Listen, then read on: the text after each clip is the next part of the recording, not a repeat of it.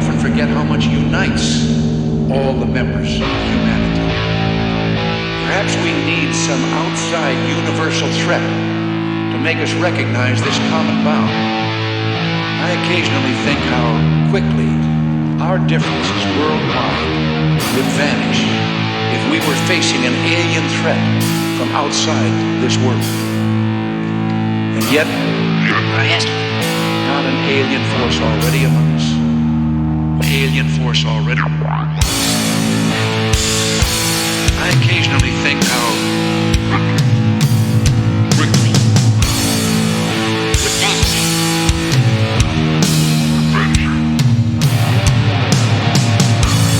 when we are successful, and we will be, we have a real chance at this new world order, an order in which a credible United Nations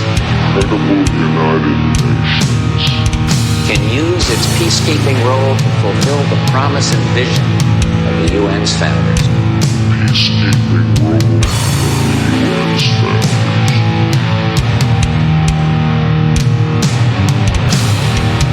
In the coming weeks, I'll be talking in some detail about the possibility of a new world order emerging after the Cold War. The affirmative task we have now is to actually create a new world order, because the global order is changing again, and the institutions of the world worked so well in the post-World War II era for decades. They need to be strengthened. And today, that new world is struggling to be born. A world quite different from the one we've known. A world where the rule of law supplants the rule of the jungle. A world in which nations recognize the shared responsibility for freedom and justice.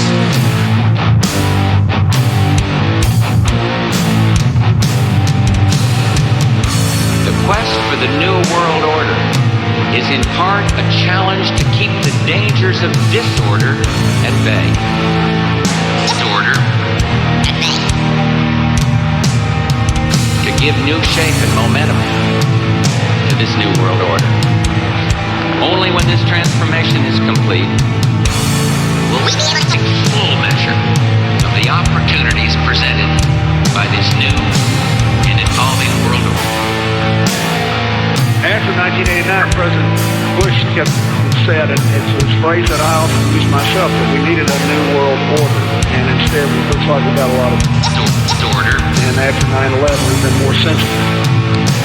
But it is the awareness itself that will drive the change, and one of the ways it will drive the change is through global governance and global agreements. What is at stake is more than one small country.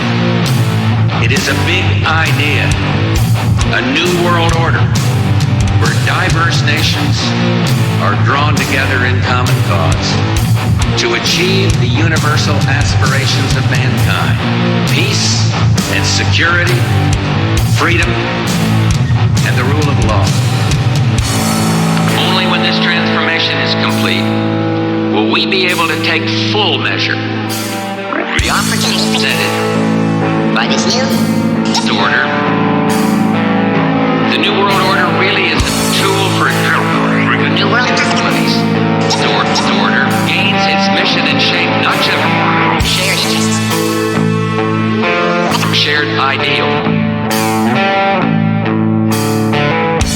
The way we're going to win over the long term is militarily. We've got to win over hearts and minds. And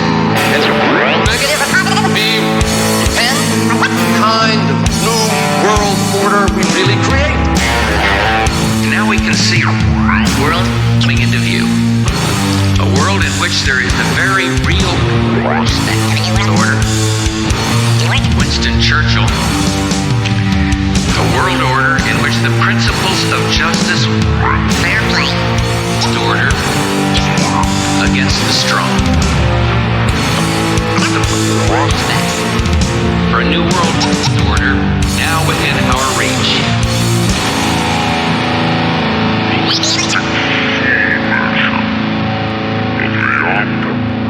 These